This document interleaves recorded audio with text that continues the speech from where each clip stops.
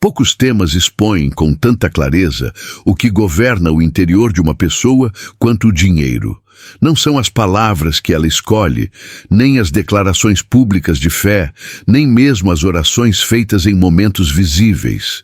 O que realmente revela prioridades são as decisões silenciosas, aquelas tomadas longe dos olhares, no cotidiano comum, quando não há plateia, aplauso ou cobrança externa. É ali que o coração se manifesta sem filtros. À medida que 2026 se aproxima, muitos cristãos continuarão afirmando confiança em Deus, mas permanecerão repetindo padrões financeiros que a própria Escritura já advertiu há muito tempo. Jesus foi direto ao afirmar que onde está o tesouro, ali também estará o coração. Essa afirmação não é simbólica nem abstrata. Ela funciona como um diagnóstico espiritual. Mostra que o dinheiro não ocupa apenas um espaço prático, mas um lugar profundamente ligado à fé, à segurança emocional e à direção da vida. O problema raramente começa na ausência de recursos. Na maioria das vezes, ele nasce da ausência de discernimento. Muitos acreditam que dificuldades financeiras são apenas circunstâncias externas, frutos do sistema, da economia ou da falta de oportunidades. A Bíblia, porém, aponta para algo mais profundo. Ela trata o dinheiro como um revelador de prioridades e um teste silencioso de fidelidade. Não porque o dinheiro seja mau, mas porque a forma como ele é administrado revela quem, de fato, governa o coração. Jesus deixou uma pergunta que atravessa gerações e continua atual. Se alguém não é fiel nas pequenas responsabilidades, como poderá ser confiável em responsabilidades maiores? Essa lógica confronta uma crença comum, segundo a qual os problemas financeiros desapareceriam se houvesse mais dinheiro. A Escritura ensina o oposto. Ela mostra que, sem alinhamento interior, mais recursos apenas ampliam os mesmos erros. O livro de Provérbios ensina que planos feitos com diligência conduzem a bons resultados, mas também lembra que, apesar de planejar, é o Senhor quem dirige os passos. Existe aqui um equilíbrio que muitos ignoram. Alguns vivem como se tudo dependesse exclusivamente de Deus, descartando qualquer responsabilidade prática. Outros planejam cada detalhe da vida como se Deus fosse apenas uma referência distante, sem influência real nas decisões diárias. Nenhum desses extremos encontra respaldo na palavra. Este não é um discurso sobre fórmulas rápidas, nem um convite a promessas fáceis. É um chamado à consciência, porque quando o dinheiro deixa de ser ferramenta e passa a ser referência, algo se desorganiza de forma profunda. Muitas vezes o primeiro erro não aparece no extrato bancário, mas na mentalidade que confunde improviso com fé e descuido com espiritualidade. Há um erro financeiro recorrente que se disfarça de virtude espiritual. Ele soa piedoso, parece confiança e, em muitos ambientes cristãos, chega a ser elogiado. Trata-se da ideia de que repetir "Deus proverá" elimina a necessidade de responsabilidade, planejamento e reflexão. No entanto, a Bíblia nunca colocou fé em oposição à sabedoria. Pelo contrário, ela apresenta as duas como inseparáveis. Jesus usou uma imagem simples para expor esse princípio. Ele perguntou quem começaria a construir algo sem antes calcular os custos. O planejamento não foi apresentado como falta de fé, mas como expressão de prudência. Ignorar essa lógica não demonstra confiança em Deus. Revela descuido com aquilo que já foi colocado sob responsabilidade humana. Viver sem qualquer organização financeira não é neutralidade espiritual. É abrir espaço para desperdício, ansiedade constante, conflitos familiares e decisões tomadas no impulso. Muitos cristãos não sabem exatamente quanto ganham, quanto gastam ou para onde o dinheiro está indo. Vivem reagindo a emergências, sempre apagando incêndios, sempre cansados, sempre sobrecarregados. Ainda assim, acreditam que esse estado de tensão permanente faz parte da caminhada espiritual. A Escritura não sustenta essa ideia. O caos financeiro não é sinal de profundidade espiritual. Ele gera desgaste emocional, enfraquece relacionamentos e compromete a capacidade de servir com alegria. Quando a vida é conduzida apenas por urgências, não sobra espaço para reflexão, generosidade ou descanso. O coração entra em modo de sobrevivência e perde sensibilidade para aquilo que realmente importa. Por outro lado, existe um erro igualmente perigoso, embora menos percebido. Há pessoas extremamente organizadas, disciplinadas e cuidadosas que planejam cada passo, controlam cada detalhe, constroem reservas e fazem projeções precisas. Tudo parece correto à primeira vista. O problema surge quando Deus é excluído do processo. Quando a confiança se desloca silenciosamente do Criador para os próprios cálculos. Planejar não é errado. O erro está em planejar como se o futuro estivesse completamente sob controle humano.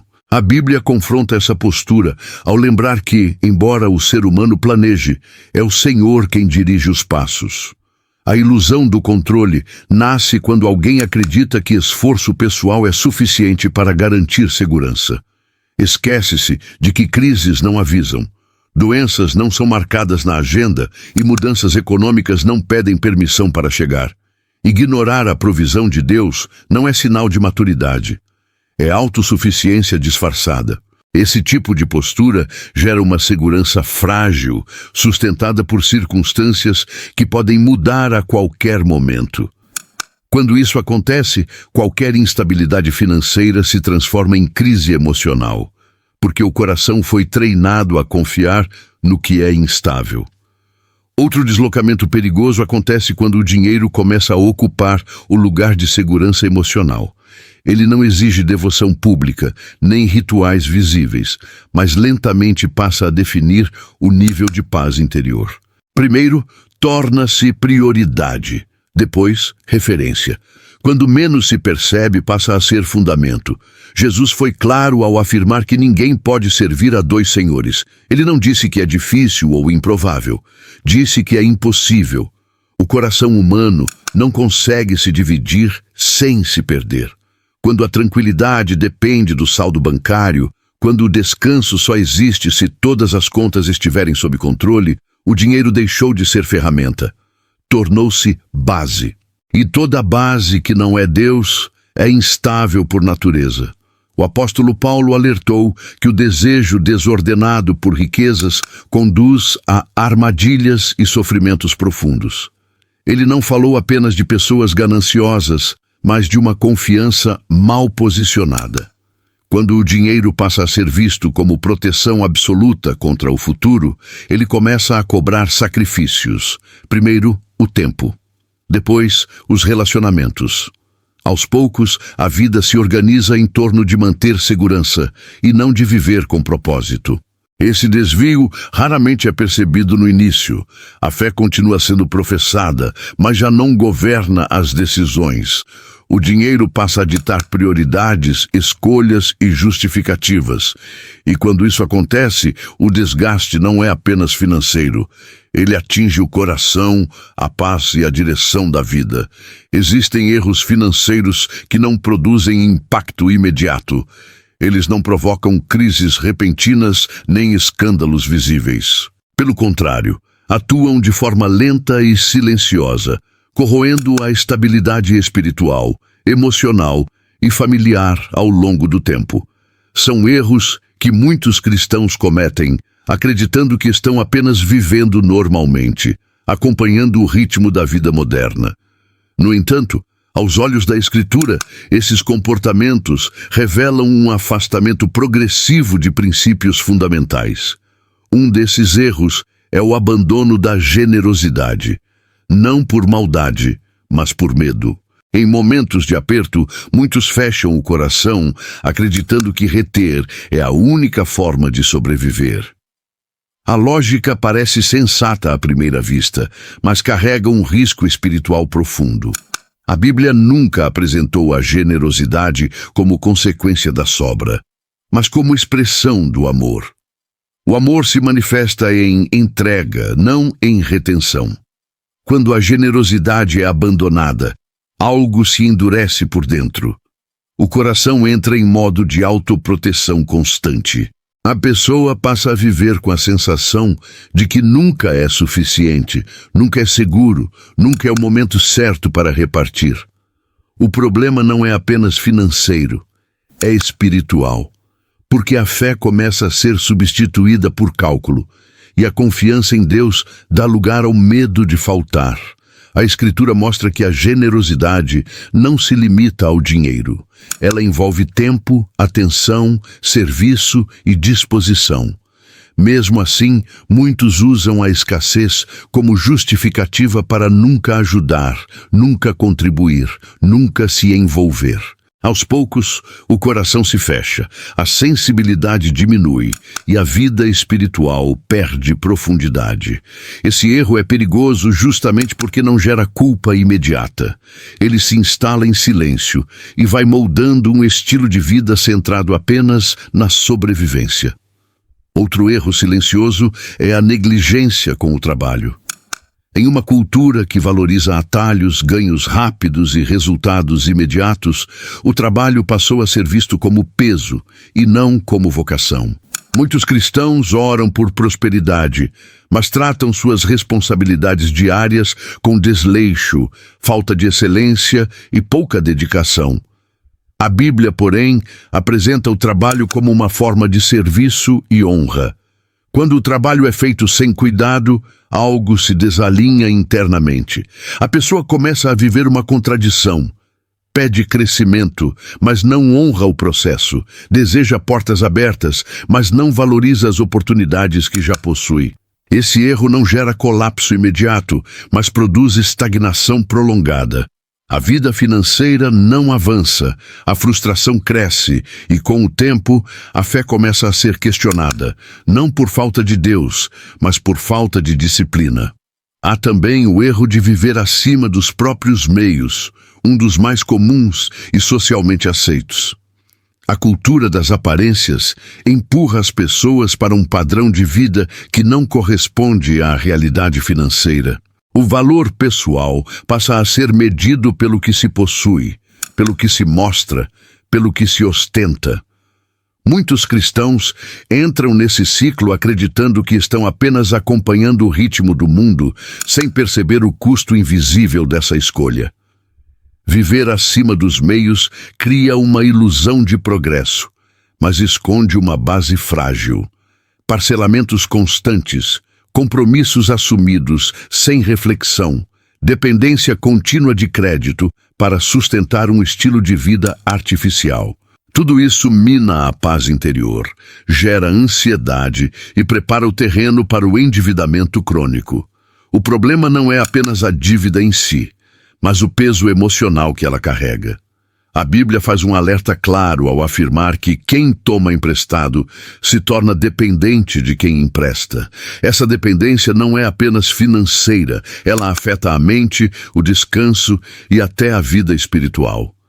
Muitas pessoas acordam todos os dias com a cabeça tomada por preocupações, cobranças e prazos. Vivem cansadas, irritadas, sem espaço para silêncio ou reflexão. Esse estado constante de tensão afeta a oração, enfraquece a fé e compromete relacionamentos. O endividamento contínuo raramente começa com uma grande decisão errada. Ele nasce de pequenas escolhas feitas sem discernimento. Uma compra impulsiva aqui, um parcelamento ali, uma justificativa aparentemente inofensiva. Com o tempo, essas decisões se acumulam e criam uma prisão invisível. A pessoa continua funcionando, trabalhando e sorrindo, mas por dentro carrega um peso constante. Esses erros destroem em silêncio porque não são vistos como rebeldia aberta. São tratados como normalidade. Mas a Bíblia não mede a vida pela normalidade cultural. Ela mede pela fidelidade.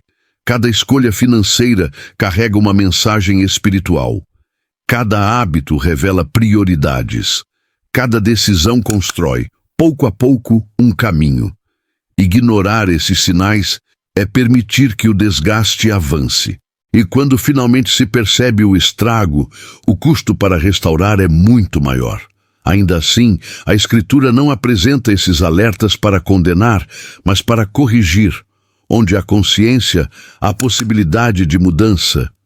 Mesmo diante de erros acumulados, ainda existe um caminho de realinhamento, mas ele exige disposição para olhar além do presente imediato. Existem erros financeiros que não afetam apenas o agora, mas comprometem o futuro. Eles não produzem dor imediata, mas constroem um cenário de fragilidade que só será percebido anos depois. Muitos cristãos vivem hoje pagando o preço de decisões antigas que poderiam ter sido evitadas. E, sem perceber, estão preparando o terreno para que seus filhos repitam os mesmos caminhos. Um desses erros é a falta de visão em relação ao longo prazo. Para muitos, pensar no futuro ainda soa como algo distante, complicado ou até incompatível com a fé. Há quem confunda prudência com medo e espiritualidade com passividade. No entanto, a Bíblia confronta essa mentalidade ao ensinar responsabilidade sobre aquilo que foi confiado. A ausência de visão financeira cria dependência constante, insegurança emocional e vulnerabilidade prolongada. Quando não há preparo, qualquer imprevisto se transforma em crise. O futuro chega sem pedir licença e cobra aquilo que não foi planejado.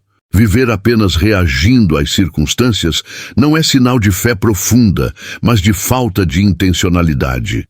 Outro erro ainda mais profundo é negligenciar o ensino de princípios financeiros aos filhos. Muitos pais cristãos se dedicam a transmitir valores espirituais, mas silenciam completamente quando o assunto é dinheiro. O resultado é uma geração que ama a Deus, mas não sabe administrar recursos. Frequenta a igreja, mas vive endividada. Tem fé, mas não tem discernimento financeiro. Quando pais não falam sobre planejamento, generosidade, trabalho e contentamento, os filhos aprendem com o mundo. E o mundo ensina consumo, comparação e imediatismo. Sem uma base sólida, esses jovens crescem repetindo ciclos de ansiedade, frustração e desorganização financeira. O erro não aparece na infância, mas se manifesta com força na vida adulta. Esse erro geracional é silencioso, mas devastador. Ele cria famílias espiritualmente sinceras, porém financeiramente frágeis. Pessoas sempre cansadas, sempre correndo atrás, sempre tentando consertar o que poderia ter sido prevenido. O problema não está na falta de fé, mas na falta de ensino prático alinhado com a palavra. Ignorar erros silenciosos não faz com que eles desapareçam. Apenas permite que avancem sem resistência. E quando finalmente se tornam visíveis, o custo para restaurar é sempre maior. Ainda assim, a Escritura nunca apresenta advertências com o objetivo de condenar, mas de corrigir. Onde existe consciência, existe possibilidade de mudança. Mesmo quando decisões equivocadas foram repetidas por anos, o caminho não está encerrado. Ele pode ser ajustado desde que haja disposição para enxergar além do presente imediato. Há erros financeiros que afetam o agora, mas existem outros ainda mais graves, aqueles que comprometem o futuro de forma quase imperceptível. Eles não produzem dor imediata, não geram crises visíveis no curto prazo, mas constroem um cenário de fragilidade que só será percebido com o passar do tempo. Muitos cristãos vivem hoje lidando com consequências que nasceram de escolhas antigas, feitas sem reflexão. E de forma ainda mais preocupante, estão preparando seus filhos para repetir exatamente os mesmos padrões. Um desses erros é a ausência de visão de longo prazo. Para algumas pessoas, pensar no futuro parece falta de fé. Para outras, é algo tão distante que nunca se torna prioridade. No entanto, a Bíblia nunca associou espiritualidade à passividade. Pelo contrário, ela ensina responsabilidade sobre tudo aquilo que foi confiado. A falta de visão não é sinal de confiança em Deus, é sinal de descuido com o amanhã. Quando não há preparo, qualquer imprevisto se transforma em crise. Uma mudança no trabalho, um problema de saúde, uma instabilidade econômica. O futuro não avisa quando chega. Ele simplesmente se apresenta. E quando isso acontece, quem não construiu nenhuma base vive refém das circunstâncias. A vida passa a ser conduzida pelo medo, pela urgência e pela constante sensação de insegurança. Existe ainda um erro profundo e frequentemente ignorado: a negligência no ensino de princípios financeiros bíblicos às próximas gerações. Muitos pais cristãos se dedicam a ensinar valores morais, princípios espirituais e práticas religiosas, mas silenciam completamente quando o assunto é dinheiro. O resultado é uma fé sincera, porém frágil na prática. Jovens que amam a Deus, mas não sabem administrar recursos, que desejam uma vida equilibrada, mas não possuem ferramentas para construí-la. Discipulado não é apenas ensinar a orar, é ensinar a viver. E viver envolve escolhas financeiras diárias. Quando pais não falam sobre planejamento, generosidade, trabalho, contentamento e responsabilidade, os filhos aprendem com o mundo.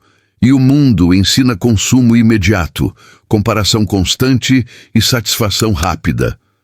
Sem uma base sólida, esses jovens crescem repetindo ciclos de ansiedade, frustração e desorganização. Esse erro geracional não se manifesta de forma imediata. Ele aparece anos depois, quando decisões mal orientadas começam a cobrar seu preço. Famílias se tornam espiritualmente comprometidas, mas financeiramente vulneráveis. Pessoas vivem sempre cansadas, sempre correndo atrás, sempre tentando corrigir o que poderia ter sido prevenido com ensino e consciência.